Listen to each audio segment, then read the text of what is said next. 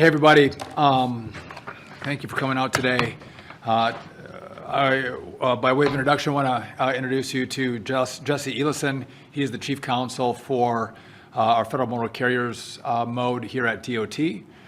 As we start, I just want to take a moment and thank President Trump for his leadership in the executive order that he made clear that we're going to put safety in America first on our roadways.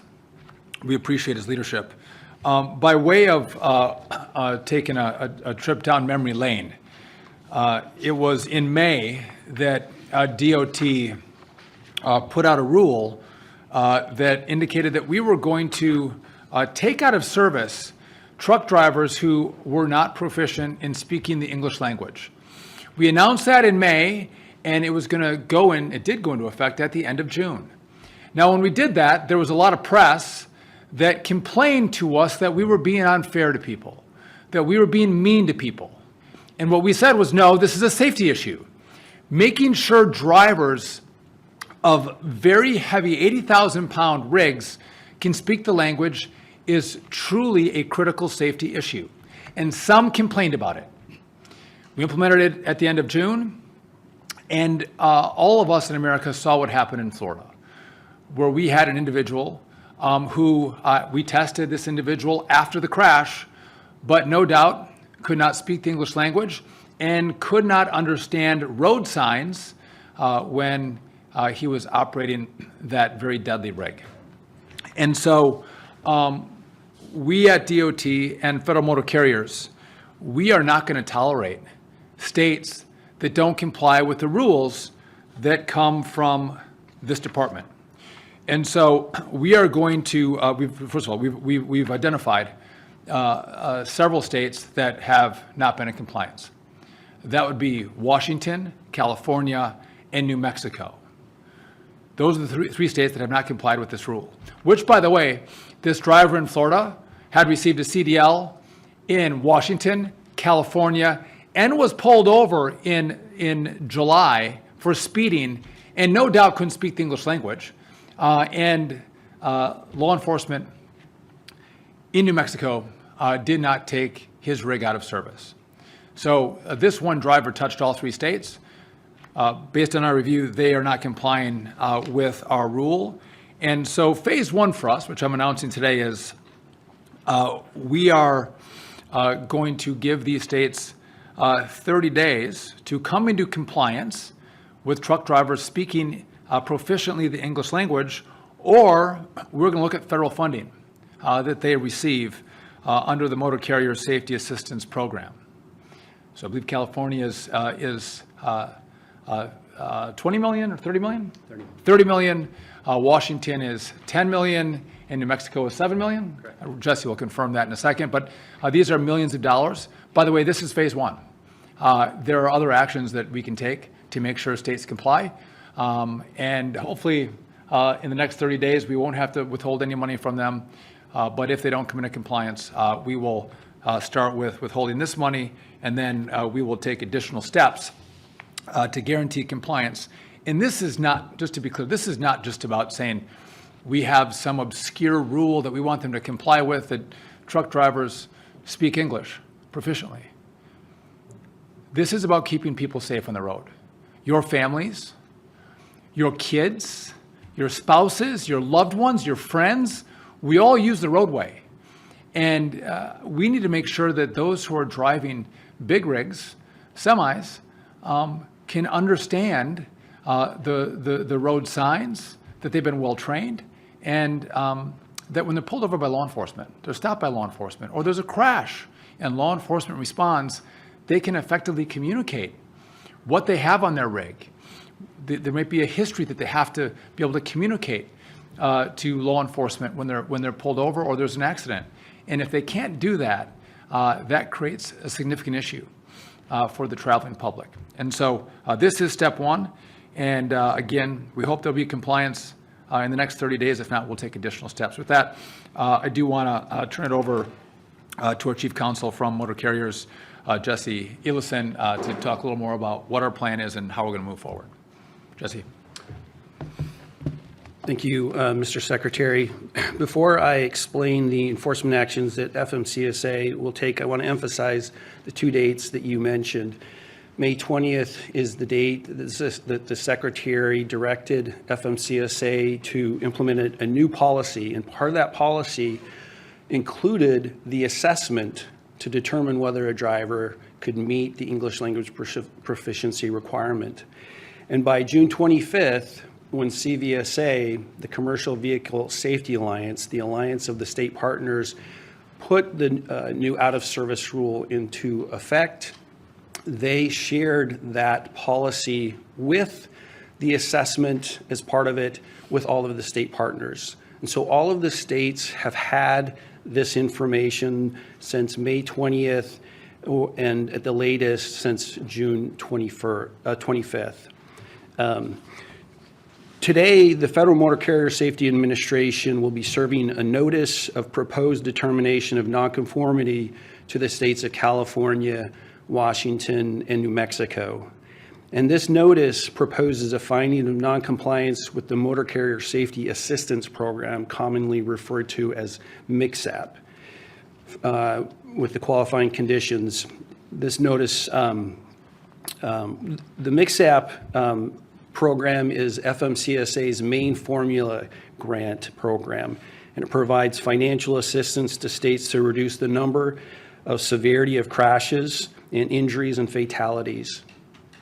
MCSAP funding requires the states to adopt and enforce laws and regulations compatible with the Federal Motor Carrier Safety Regulations, which includes the English language proficiency requirement. And let me just quote what that requirement is that the Secretary described just a minute ago. But commercial drivers must be able to read and speak the English language sufficiently to converse with the general public, to understand highway traffic signs and signals in the English language, to respond to official inquiries, and to make entries on reports and records. The states must enforce ELP requirements to maintain MCSAP funding. Even before the tragic accident in Florida, taking 3 lives, FMCSA reached out earlier this month to all of the state partners and asked a couple of questions. We were reviewing the enforcement data, and we wanted to know what your plan was, and if you did not have a plan, what actions you were taking to deprioritize your non-enforcement actions. And so we took that feedback and reviewed that in combination with the data that we were reviewing. And part of that data that I'll share with you right now. But those answers were critical in determining these notices to California and Washington and New Mexico because they didn't have a plan or they hadn't communicated with us the steps that they would take to deprioritize what they weren't doing. What we found in determining California between the enforcement date of June 25th and August 21st, so through last week, was that California has done about 34 investigations where they actually cited a violation, and one of those involved the English language proficiency requirement. Very importantly, California inspected over 20 drivers who had previously been cited in other states for an English language proficiency violation and were taken out of service.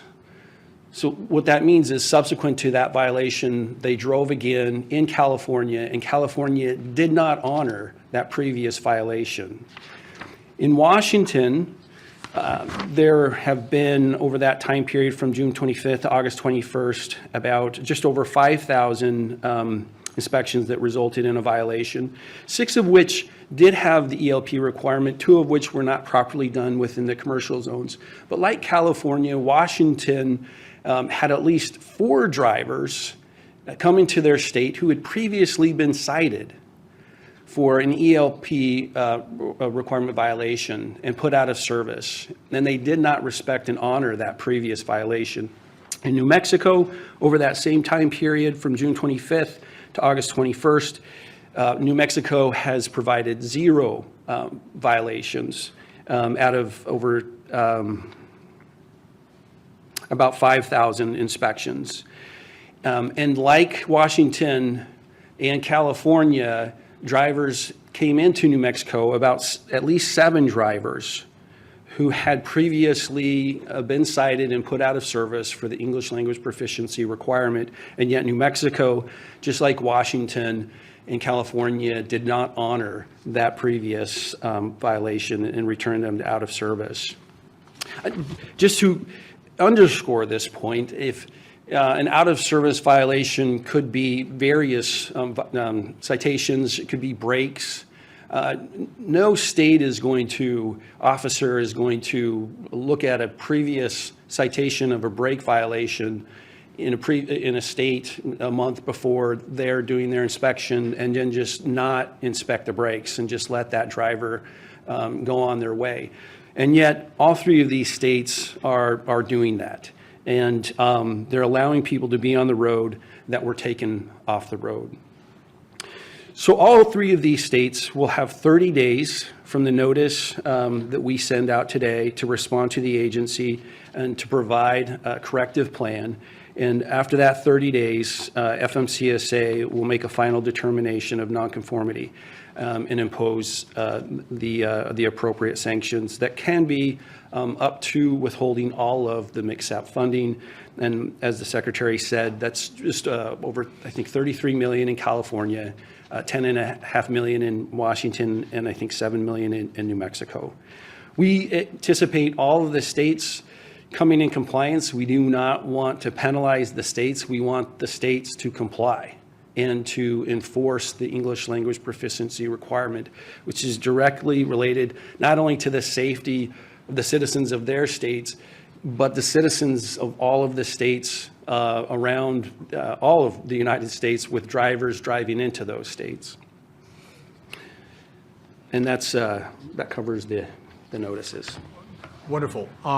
Just as a quick note, we have so many great people who work here at DOT.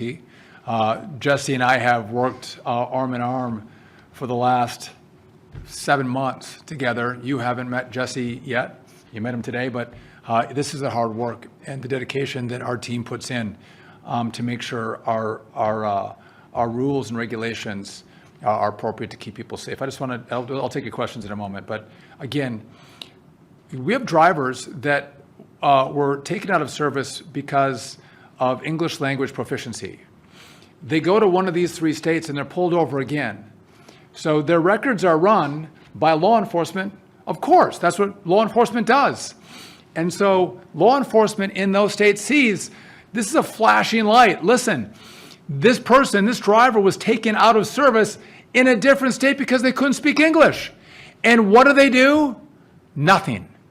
They turn them loose, put them back on the road. We've also asked for plans from these 3 states to which they have not provided them, which has indicated to us that there has not been a willingness to comply with this rule. And so this is phase 1. We do want compliance. We don't want to take away money from states, but we will take money away and we'll take additional steps that get progressively more difficult for these states. There's a lot of great tools that we have here that we don't want to use. We just want to keep drivers safe, not in just red states. Americans drive in all states. And California, Washington, and New Mexico, Americans drive in, and they deserve to be safe in those states like in every other state. So with that, I will take a couple of your questions. Yes? I'm Pavanachari with Politico. You referenced that this announcement is phase 1. What are additional steps that you would like to take to see this enforced? So this is the only phase I want to take. And we're giving 30 days for compliance because I don't want to take away their money. I don't. I want them to get these resources. But if not, this will be phase 1. I'm not going to lay out all of the phases that we have, tools that we have to garner compliance, but we have wonderful tools that will make it very challenging for states to do business if they don't comply. And I had a follow-up. So 19 states in the District of Columbia currently don't consider immigration status when issuing commercial driver's licenses. Is DOT looking into ways to make those states consider immigration status when issuing commercial commercial driver licenses, and if so, how? So again, Jesse, you might have a different answer, or we'll supplement mine. We need congressional assistance on this, but of course, I do think we should be a U.S. citizen or be legally in this country if you're going to drive. We have a number of other issues that we deal with our partners to the north and to the south that we are trying to unpack and make sure our laws are complied with. As I've found out now very quickly from Jesse, this gets very complicated very quickly. But we are putting every asset in place to make sure that we get compliance and get anyone who drives in America to follow the law. Jesse, do you have a? I would just add that the rules are very clear on what's required of issuing a CDL and a non-domiciled CDL. And those requirements are a very important part of the national audit that we're doing with the issuance of those licenses. Yes. Where are you at with the audit? What non-domiciled? We're making progress, and we'll have some updates in the very near future. But we've done a number of states. We still have a lot of states to do, but we do, and we'll have an update in the very near future on that. And then in some of my reporting, it's come to my attention that with the ELP, that can only be enforced by CVSA inspectors. That in states like Wyoming, I was listening to a hearing last week, they're trying to pass a state law because a state policeman or sheriffs can't pull someone over for violation of an ELP, and it's happening. They're going in different areas that aren't the interstates. Is that correct? Is that your understanding as well? No, that's not correct. Both the federal enforcement and the states can enforce ELP violations and do. What's really important is that the CVSA, or the Commercial Vehicle Safety Alliance, they are the ones who set the standards for the North American out-of-service criteria. And that's why it was significant for them to start that date of enforcement on June 25th. And so They don't have to be a federal inspector and do an inspection to pull them off the road. It can be a sheriff's. yeah, most of our partners are state and local partners that are performing the ELP assessments. And just real quick, the assessment actually only is triggered when there's a challenge to communicate. It's not something that's just always done. But if there's a challenge in communication, then there's a two-step assessment process that is part of the policy that we issued and that CVSA incorporated into their guidance. And one last question. Okay, so the violations of the out-of-service orders that you mentioned in the 3 states, do you know where those like non-domiciled, work visa CDLs or So those issues are separate issues. I do have an idea on some of those issues, but those are separate, the CDL and the visa and immigration. And so that we are addressing those issues, and in the future we'll have more to say about those. But right now we're sending out notices limited to English language proficiency, the English language proficiency requirement, and the nonconformity with that requirement. Hi, Rebecca from Nikkei. My first question is, what methods of standardization are used for the ELP assessments, and when was the methodology established? Yeah, that's a great question. And so on May 20th, when the Secretary directed FMCSA to issue the guidance, that's when it was established. And so it's uniformity. There's a lot of attention paid to that. And so and again, this is why I mentioned these 2 dates, is part of that guidance includes a 2-step assessment to determine whether or not that requirement, 391.11b1, is met. So Part 391 is all of the driver qualifications, and this is one of the ability to sufficiently converse in the 4 categories that I read. That sets the standard, and that's what the assessment follows, on whether or not a driver can meet those 4 categories that are mentioned in the requirement itself. And so there's question and answers in our guidance portal that's available to companies to ensure compliance, but CVSA took the FMCSA policy in that assessment and used that exactly. And that's what most of the states are using today. And that's, does that answer your question? That does, I'm curious if there's any enforcement mechanism to ensure that the methodology is applied sort of in a equal, standardized way across states. So there are specific sets of the questions for both parts of the assessment. And so, but it is up to CVSA and the states to implement the policy. But there's absolutely enough emphasis on uniformity in their doing that. Just, and as we leave, just I'm going to make one last point. And this is something we're looking at and working on. When an individual comes in to take their test to become a commercial driver, and they do a skills test. Had my CDL for 30 years, I think. It's a process in which we all go through. And at that point, it would be clear that this driver doesn't understand all the road signs and doesn't speak the language. But miraculously, they're passing the skills test. That I think any common sense analysis would say, well, that doesn't make sense. How could that happen? And so just to note, for future reference, we are going to be looking at that as well. How are these tests being administered? And are they following the rules? And is there some gaming of the system that we have to address? I would just tell you all, stay tuned. We are going to, again, we have been on this before. You all were covering it. We are going to stay on it because, again, this is about keeping our American roads safe. And that we lost 3 people for no purpose, no reason, but for a driver who should not have been driving a big rig. That's unacceptable, and I do hope, it's my wish that these states understand the common sense nature of what we're doing, and they comply and they become good partners. That would be my hope, and because this is again, this is not about politics. This is about doing the right thing by way of the American people, and keeping individuals and families safe as we all use our roadways. So with that, thank you all for coming out, and stay tuned for more developments as we continue to push these common sense policies, not just at federal motor carriers, but also across all our modes here at DOT. Thank you.